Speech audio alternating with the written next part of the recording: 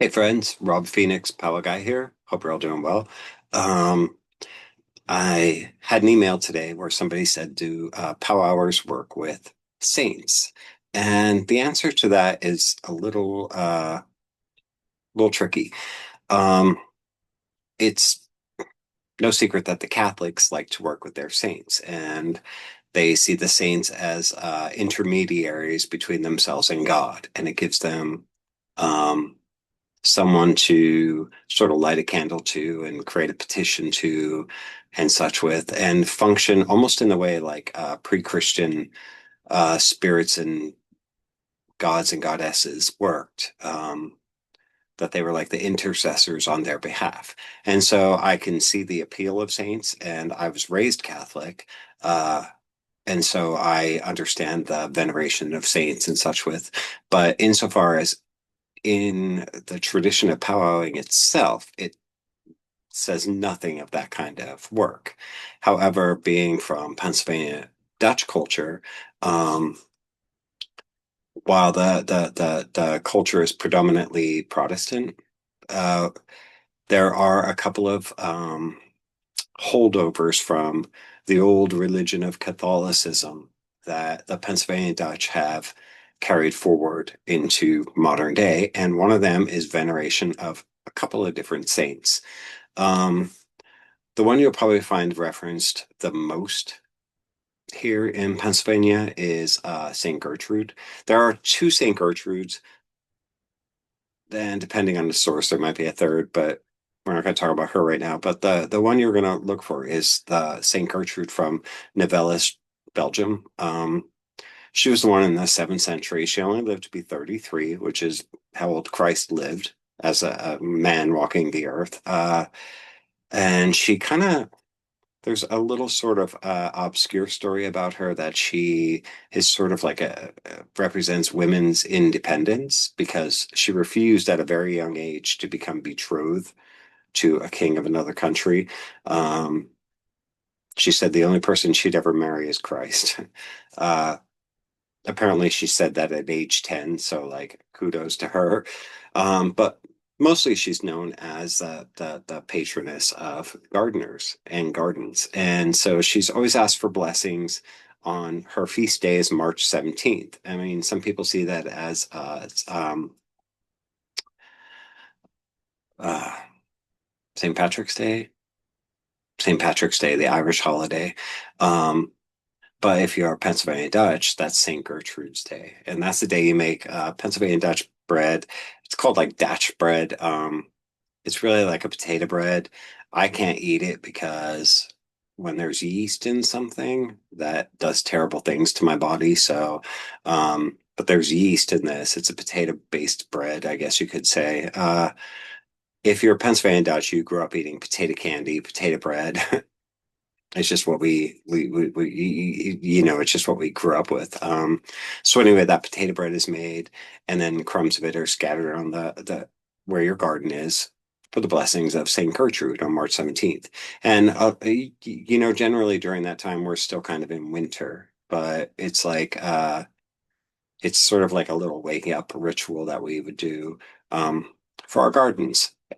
She's also the patroness of cats, and she's also the saint that you would petition to get rid of pests from both your garden, your house, your barn, like mice and such.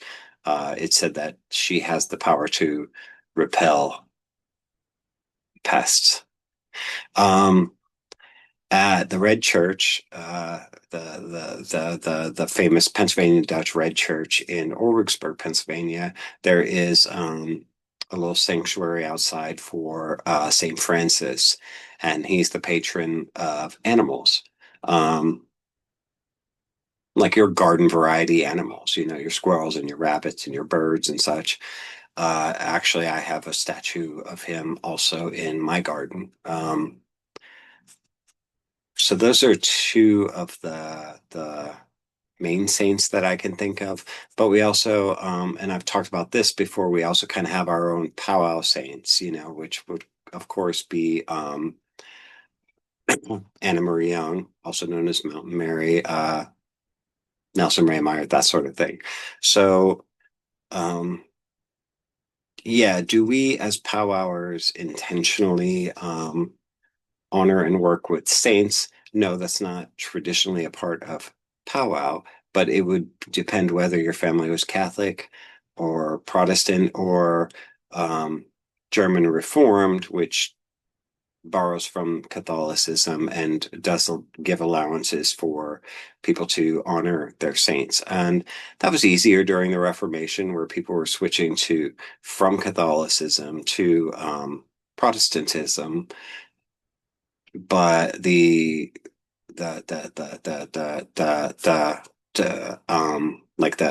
Protestant, I'm sorry, I'm like stuttering a lot, but the Lutheran, Protestant church leaders at the time felt that it would be good for the people and easier for them to kind of convert away from the big evil Catholic Empire if they were allowed to have their little folk saints.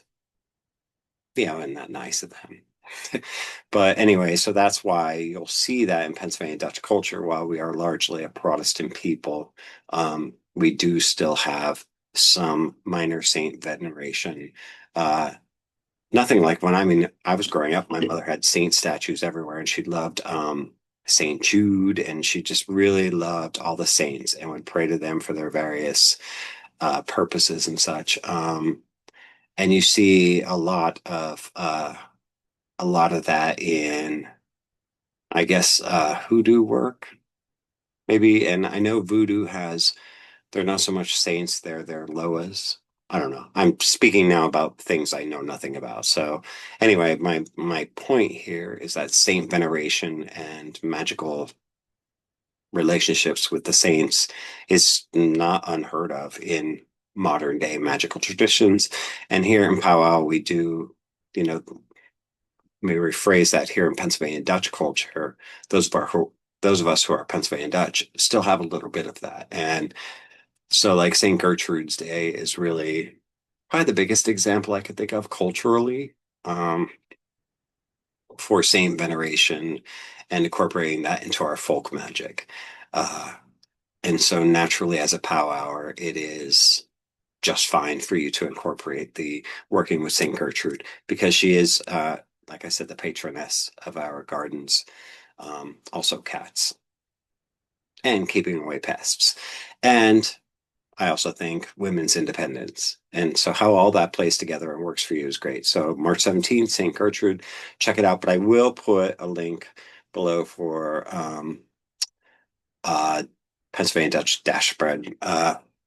Again, if you can't have yeast, don't don't eat this bread. But anyway, just something to talk about. So that's it. Hopefully that answers your questions that you might have about Saint Veneration and powwow. That's it. Have a good night. God bless you guys. Love you. We'll talk again very soon.